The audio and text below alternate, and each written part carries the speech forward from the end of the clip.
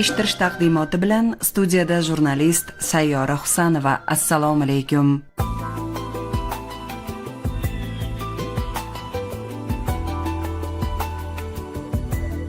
San'at gulshanida o'z iste'dodi bilan xalqqa yuz tutgan, muxlislar mehrini qozongan asl ijodkorlar hamisha hurmat va e'zozda. Ijodiy uchrashuvlarimizning bugungi ishtirokchisi teatr va kino ixlosmandlarini o'ziga xos, takrorlanmas rollari bilan maftun eta olgan darg'a san'atkor.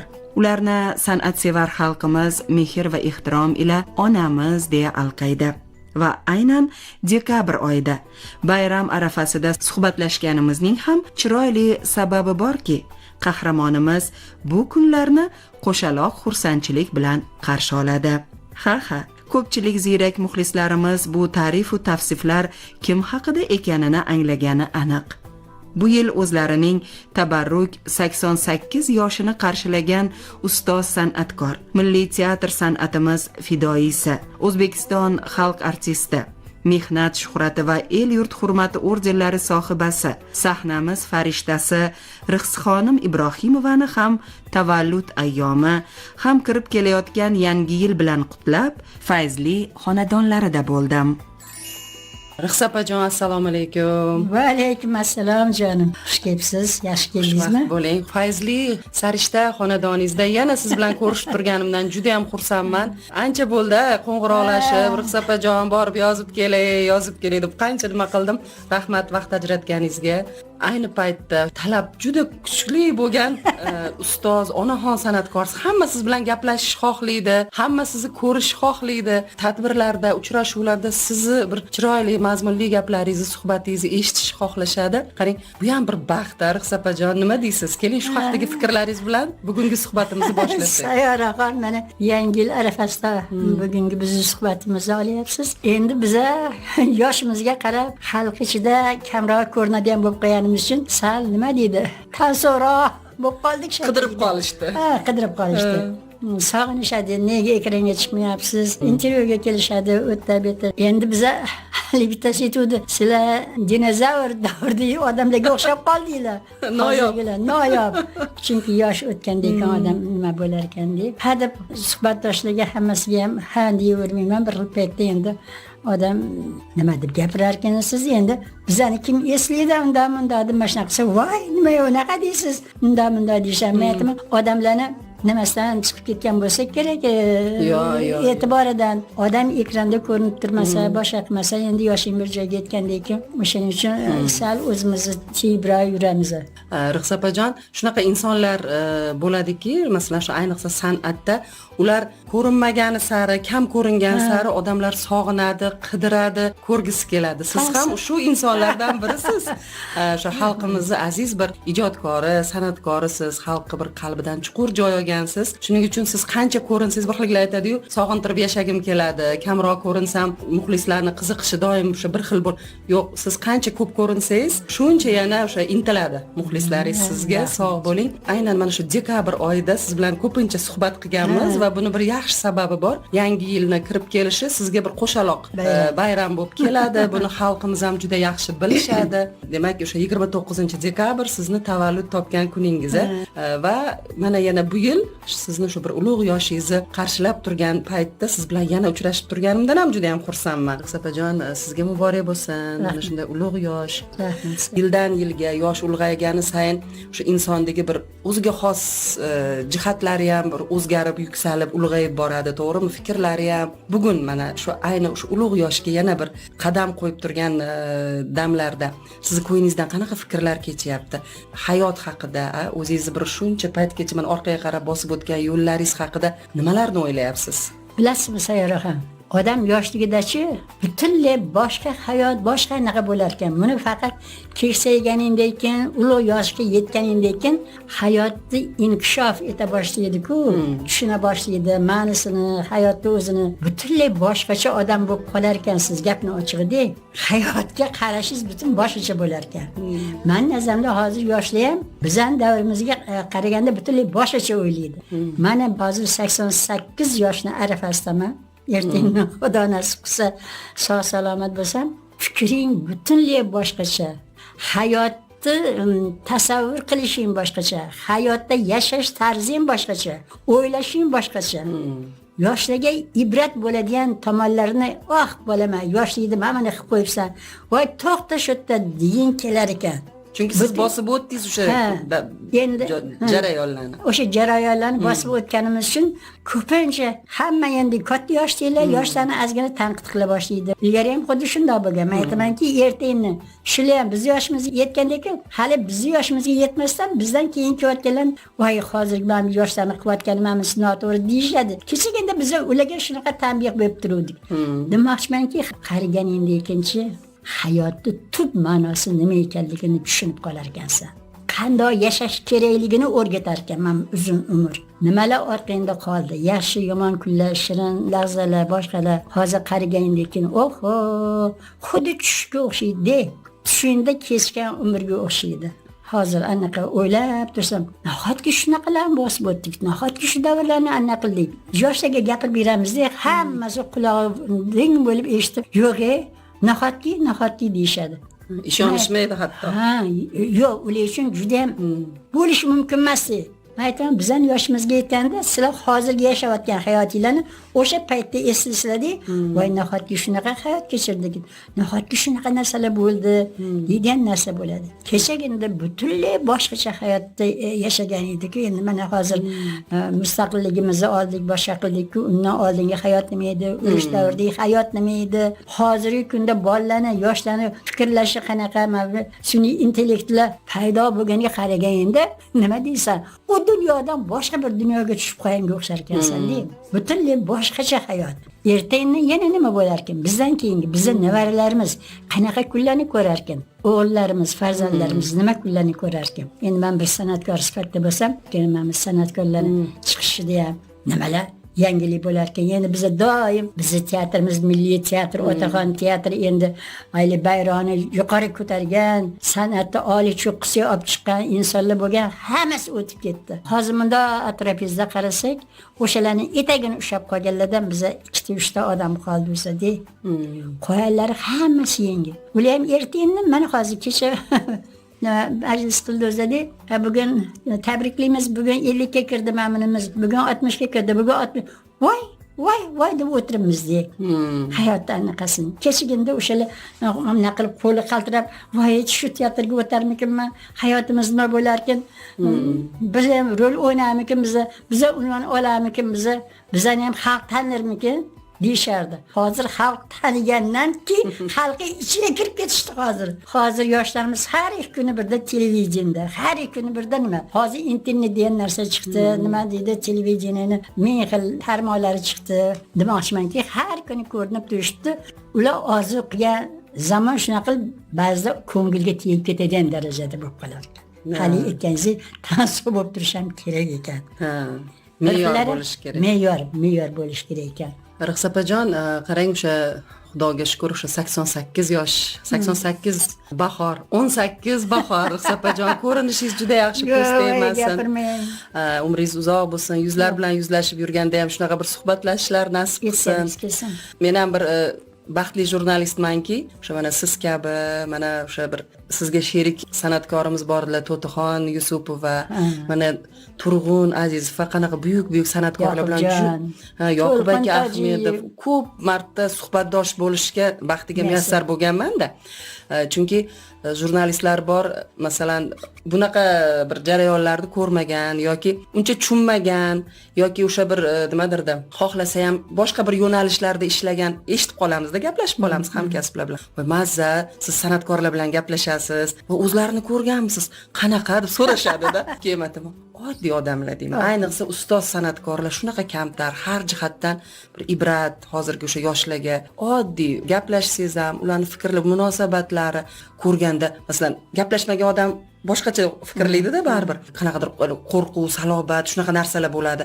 Hozir gapirsam menga javob bermasa, aytib hech ham juda bir samimiy, oddiy insonlar, gaplashsangiz xalq artisti, shunaqa bir fidokorona xizmatlari uchun orden olgan san'atkor deb o'ylamaysiz. Oddiy bir inson bilan gaplashganda maza qilib gaplashasiz desam, hayratlanib eshitishadi-da.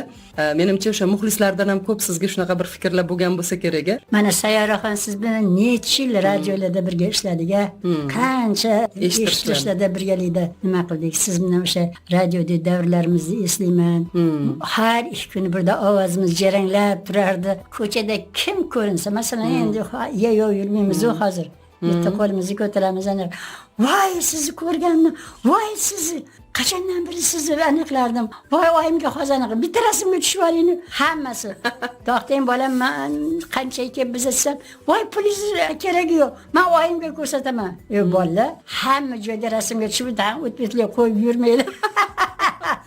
Deb shunaqasam, siz bilan birga tushganimni onam ko'rsin, lekin yedi o'rtalarimni ko'rsatib maqtanaman shu odamni olib yur. Voy tavba qildim. Nahotki shu darajada anaqa baxt ularga. Qarang, oyi kim olib ketyapman? Hamma joyda boshqa deyishadi. Yo bo'lmasam ko'chada endi ko'rib qolsa, voy xuddi onamga o'xshaysiz. Hammasi onamga o'xshaysiz, onamga o'xshaysiz deydi. Nima aytamanki, men hamma onalarga o'xshamasam kerak-ku, lekin onalar shunchalik qadrliki hamma bolaga. Meni o'ynagan rollarim tufayli yaxshi onalarni ko'proq o'ynagan bo'lsam kerak. Siz onamga o'xshaysiz. Katta gazeta chiqdi, Nuroniydami yo Jadidlardami? Siz onamga o'xshaysiz. Katta harflar bilan katta rasmini qo'yibdi-da.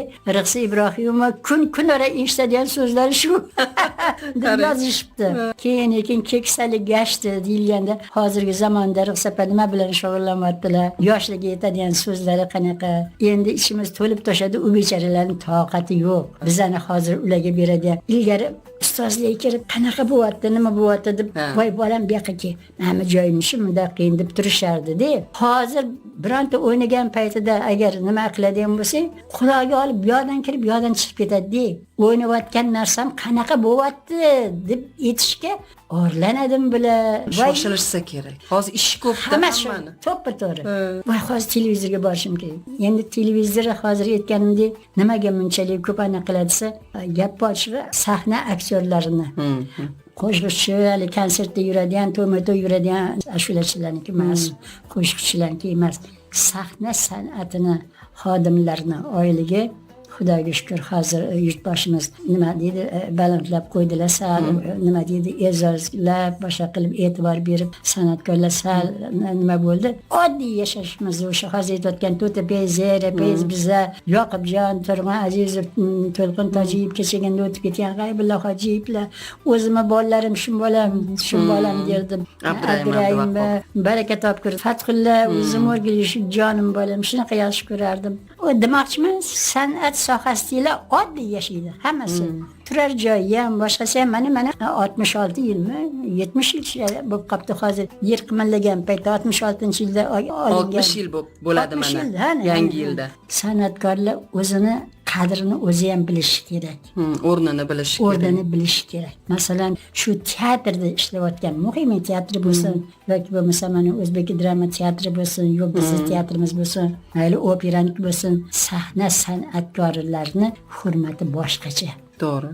Ular boshqacha ko'z bilan qaraydi. Sahnada ikkita san'atkor qo'yib o'shalar bilan assalomu alaykum, hurmatli o'rtoqlar, bormisizlar? O'zim o'rgilaysizlarda. Mana bugun sizlarni e'tiboringizga chiqib turib biza o'ng quloq bilan ding bo'lib eshitadi. Sahna san'atkorini gapini. Bu yerda-chi Rixsapajon o'sha sahnani muqaddasligi, o'sha muqaddas sahnaga bo'lgan, masalan, siz kabi san'atkorlarning sadoqati, fidoyiligi, to'g'rimi? O'shaning uchun san'atkorning gapi boshqacha qabul qilinadi. Asl san'at. Endi sahna san'atkori o'zi nima asar yoziladi, unda rol ijro etiladi, uni xalqqa yuragiga yetkazib borish kerak bo'ladi. O'tdan nimandir olib chiqib ketadi, yo yig'lab ketadi. Tragediya o'ynaydigan bo'lsak, nimalarni o'ynamadik biz? Shekspir, Shiller, butun g'arb klassikasi bormi? Rus klassikasi bormi? O'zbek milliy klassikasi bormi? Qanaqa zalvarli narsalar o'ynagan biz? Faryod chekib yuragim anna qilib yana kelib ko'raman deyilgan nimalar bo'lardi. Ijrochi ham ana o'shandan ruhlanib o'zi o'sardi. Olgan unvonlarimiz, e'tiroflarimiz, butun hamma ordenu, medalu hali nimaga loyiq bo'lgan bo'lsa, olgan bo'lsak, haqiqiy xizmatimizni qilib olib, mana hozir endi qarilik gashti.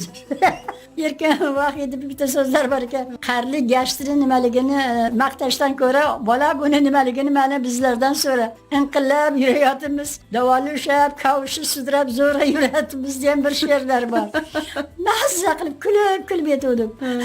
Qarilik gashti o'zi shunaqa bo'ladi, mayli. Shunga ham shukr. Hali yetkazdi. Yetkazganiga shukr. Yetkazganiga shukr. O'sha uchun bizda hozir sal chetroqda bo'lgan odamlar biza endi sahnada kamroq o'ynaymiz. Baribir aytishadiki, rixsapa ana yotib o'ynab bering, sizni turg'izmaymiz, boshqa qilmaymiz. Onani o'ynab bering. Siz vobshe yo'qsiz, iltimos. Siz hali sog'lom odamsiz. Bolam, keling, meni qilmay qo'ya qoling, bormay qo'ya qoling. Nimagadir erinchoqligim tutadimi, boshqasini. O'tirasiz, faqat bitta joyda o'tirasiz, so'zingizni, o'zingiz ixtiyoringiz. Hozir so'z yozishlar yo'q. Desani aytib beradi, naqadib amnaqa voqea o'zing gapirib maytib.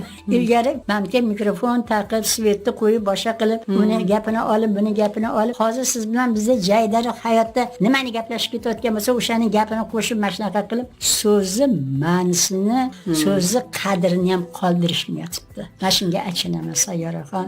Demak, oxirgi paytda o'sha sizni taklif qilishyapti, lekin siz unamayapsiz. Yo'q, bormayapman. Mana ko'rvasiz-ku deydi. Qizlarimiz o'ylayapti mana. Men o'zim aytdim, men bormayman, lekin muqimiy teatrda mana palonchini oling, pistonchini oling, Naimaxonni oling, qachondan beri hech qachon chiqmas edi. Keyinki voy yaxshi aytasiz, oddiy hollarni aytaman, janvalarni. Ana o'shalar bemalol onalarni o'ynayapti. O'zimning shogirdlarim Gulchehra Ibrohimbek va menam 75 shunaqalar borib 80 ga yaqinlashib qolishyapti. O'shalarni olinglar, shart emas meni olishinglar. Desam, hammani tavsiya qilasiz. Qanaqa yaxshi xotinsiz? Men aytamanki, yaxshi aktyorlarni sizlarga tavsiya qilaman. O'shalar o'xshatsa bitta joyda o'tirsangiz-da, siz bolam ana go'da ko'rinib turing. Bir narsa aniqki, agar o'sha ular aytganidek bitta joyda o'tirib, hatto gapirmasdan faqat ko'rinish bersangiz, shunaqa deydi. Tomoshabinlar aynan siz uchun tomosha qiladi. Shunaqa deydi. Sizni deydi sog'inganmiz. Na internetga chiqasdan, yo'q internetga chiqmayman. Ko'rsatib. Ha, xo'p, kim to'g'risida bo'ladigan bo'lsa, men endi sizdan boshqa kim biladi men bu o'tganlar to'g'risida? Albatta. Endi ancha teatri tamal toshini qo'yganlar hammasi o'tib ketdi. Va siz o'shalarni ko'rgansiz. Biz o'shalar bilan ishlaganmiz, ko'rib qo'yamiz. Mana Yoqubjon edi, men edim, Yoqubjon ham o'tdi, Turon aka edi, To'tapa edi, Yayrapa, bular ketma-ket mana o'tib ketish. Bundan keyingi bakaliyani shunga qaramasdan, ozgina bo'lsa ham ishlab qo'yaman. Erkin Komilov bor, Yodgor Sa'diyev bor, Said Komil Umarov bor, Tesha Mo'minov bor. Ayollardan deyarli hech kim qolmadi. Opajon, mana o'sha hozir o'zingiz esladingiz, tamal toshini qo'ygan qanaqa buyuk ustozlar o'tdi. Bu Milliy teatrda o'sha bir mustahkam poydevorini qo'yib ketgan. Ana o'sha poydevori hisobiga ham bugun ham shu Milliy teatrni salobati, obro'si juda ham balandda, ko'z tegmasin. Va bunda o'sha sizning mehnatingiz, sizga o'xshagan ulardan keyingi avlod san'atkorlarning mehnati qanchalar ulug'. Shuning uchun ham sizni muxlislar yaxshi ko'radi, shogirdlar sahnaga faqat chiqib bersangiz bo'ldi ham deb o'sha faqat ishtirok etishingizni xohlashadi. Men o'ylardim, siz hozir ham sahnada uncha rollar o'ynab turibsiz deb shu suhbat boshlashdan avval so'radim. Yo'q, chiqmay qo'ydim dedingiz. Ishtirok bo'ldi. Ha, demak yaqindan beri chiqmay qo'ydingiz. Hozir bir narsani aytaman. Bizni uzoq umr ko'rgan spektakllarimiz bor. Masalan, Iymon degan spektaklimiz. Men o'sha 18-20 yoshdaligimda, studentlik talabalik yillarimda qo'yilgan edi teatrda. Iymon spektakli Olimxo'jayevga bag'ishlab Izzat Sultonov yozgan. O'shanda professori kichkina qizini o'ynardim. Mana shuncha yillar o'tib 18 yosh bo'lsam, hozir necha 60 yil bo'pti. Demoqchiman, shu spektakl qaytadan qo'yildi. 70 yil. Hozir endi bo'sini o'ynayapman. Professori onasini o'ynayapman men. Mirzo Ulug'bekni o'ynadik. Mirzo Ulug'bekda Shukur Burxonov bilan kenja xotini Feruza deganimni o'ynaganman. Keyin yangi qo'yildi. 2-3 marta qayta qo'yildi. Umrboqiy asarlar bo'lgani uchun, yaxshi rejissora bo'lgani uchun. Feruzadan keyin men Gavharshod begimga o'tdim. Mana bultiram Gavharshod begimni o'ynagan edik. Endi bitta qiziq voqeani aytib bering. Keksalar baribir ana Moskvada ham shunaqa-yu, 90 yoshda bo'lsa ham aravada g'ildiraydilatib olib kelishadi. Xalq talab qiladigan san'atkorlar bo'ladi. O'sha yerda o'rnidan turmasdan o'sha yerda rolni o'ynagan san'atkorlarni bilamiz. O'sha Moskva aktyorlarini ham. Demoqchiman, oldingi o'ynagan rollar Navoiyda ham Gulini o'ynadim-da, keyin Gulini enagasini onasi qilib olishdi. Gulini onasini o'ynadim. Endi kechagina to'xtab qolgan spektaklimiz nima uchun to'xtadi? Olim Salim qo'yuvdilar, buni avval Andijonda qo'yuvdilar, po-mo'yim Erkin Komilov bilan. Keyin bizda qo'ydilar. Bizda qo'yganda Turg'un aka qo'yganda ham Gavharshodni o'ynadim men Turg'un aka bilan birgalikda. Keyingisida Erkin bilan o'ynaganimizda ham Gavharshod bilan men o'ynadim. Keyin Yayrapam o'ynadilar. Yayrapam deyarli 90 yosh. Bu yaqindagi gapda ikkalamiz Gavharshod begimni o'ynaymiz. Bir gal ular, bir gal men. Endi ular o'zi nuqul Yevropa klassikasini geroinasi, bosh rolda o'ynagan yevropeyskiy aktrisa. O'zbekcha narsada ozgina so'zlarini nonoylari bilib qolib, rixsishga kemaga yordam bergan. Ana so'zni o'zbekchasida nima deyiladi? Talaffuzi bizniki o'zbek so'zi pirim, padari buzrukvorim, shunga o'xshagan. Yayrapam bechora Rusxon nimagadir mazam yo'q. Siz o'ynay qoling bundan keyin shunaqa dedilar. Yo'q, nega desam, qo'llardan yetaklab olib kelamiz keyingi paytda. To'tapamni ham yetaklab sahnaga olib chiqqanmiz. Hamma chapay chaladi. Yayrapam chiqsa hamma chapay. Hali aytganingizdek biza tansiq bo'lib qoldik-da, kam ko'rinadigan bo'lganimizdan keyin xalq bizani ko'rgandan keyin so'z aytmasak ham, rol o'ynamasak ham, sahna oldiga chiqib berib salomga chiqib bersak, hamma xalq naqlar shunchalik sog'ingan deyman. Yayrapam Gavharshodni o'ynayotdilar-da, lekin nima degan so'zlar bor-da. Keling mirzom, qo'rqmang, hali uncha susayganim yo'q. Saltanatning ahvolidan ko'ngilda tashvish. Jannat makon Shohruh Mirzo menga kengashmay hech tadbirga bermasda astrozolik degan so'zlar bor. Shunda lekin nima Ulug'bek sizni onamsiz-ku, lekin meni boqqan odam boshqa edi deydi. Anaqa shu gapni eshitgani kelganman men deb shartta o'rnilardan turib ketadigan joylar bor-da. Shunday gapni eshitgani kelganmidim men. Daryolarni, palonlarni nima qilsa sizni huzuringizga. Yayrapam telefon qilyaptilar. Endi rixsishga deydilar. Anaqa jonim meni yaxshilab uxlang. Spokойной ночи, целую, Yayra deb qo'yadilar. Yayrapam desa gaplashib turardi o'zida. Keyin lekin o'sha joyda bilasizmi nima bo'ldi Rixsixon? Sharmanda bo'ldim. Voy nima bo'ldi-san? Oyoqlar og'rib turardi-da. Turmay qoldi. O'tirgan joylarda shartta turib ketadigan joyda turaman deyman, turolmayman deydilar. Turaman deyman, turolmaydilar. So'z kerak, so'z. Shunday gapni eshitgani kelganmidim men. deb paldaqa. Men hali anaqa sahnada nimada saltanatni malikasiman ko'rib o'rnidan turadigan joyda turolmadim deydilar. Keyin deydilar, ko'tarma meni deb yetdim deydilar. Majbur bo'ldim deydilar. Ikki qo'ltig'imdan ko'tarishdi, oyog'im qaltirab, mana shunaqa qilib o'ynadim, Rixsixon deydilar. Men aytdim, shu darajada o'ynadilar. O'sha daraxtlar tik turib o'ladi ham, o'shanda 80 dan oshgan paytlarda o'ynagan edilar. Yevropa klassik asarini juda zo'r bo'ldi. Daraxtlar tik turib jon beradi. Yevropalar o'sha tik turib jon berganlardan-da. Oxirigacha sahnada o'ynaganda. Endi o'zing o'ynaysan, men o'ynayman dedilar. Yayrapam oyoqlar og'rib turardi, lekin bilmas edik. Oyog'imni chidamayapman undan. Xullas shunday bo'ldi. Bir yil ham o'tmasdan oyoqlarimni kesib tashlashdi. Bir oyog'imni Rixsixon, jonim. Rixsixon o'shanda bekorga bo'lmagan ekan, oyog'im turolmayman deganimda. Dardim ichimda ekan, men bu darajaga bo'ladi deb o'ylamadim. Oldin ozgina panjasidan kesishni boshqa qildi. Mana sahnada jon berish deydi bunaqani. Sahna uchun, san'at uchun qurbon bo'lish deydi shuni. O'sha darajagacha Yayrapam siz o'ynashingiz kerak. Siz sahnaga chiqishingiz kerak deganda, men aytaman, o'zim o'rkli jonim meni, o'sha paytda demak joningiz qanaqa og'riyotgan ekan deb aytaman. Lekin o'sha tomoshabinlarga bildirmasdan, rolni yana davomli vaziyatdan chiqib, keyin deydilar, shu turgancha deydilar, bitta joyda turdim deydilar. Keyin ekan qo'ltig'lardan ushlab kulisga olib chiqib ketdilar. Yaxshi rol edi.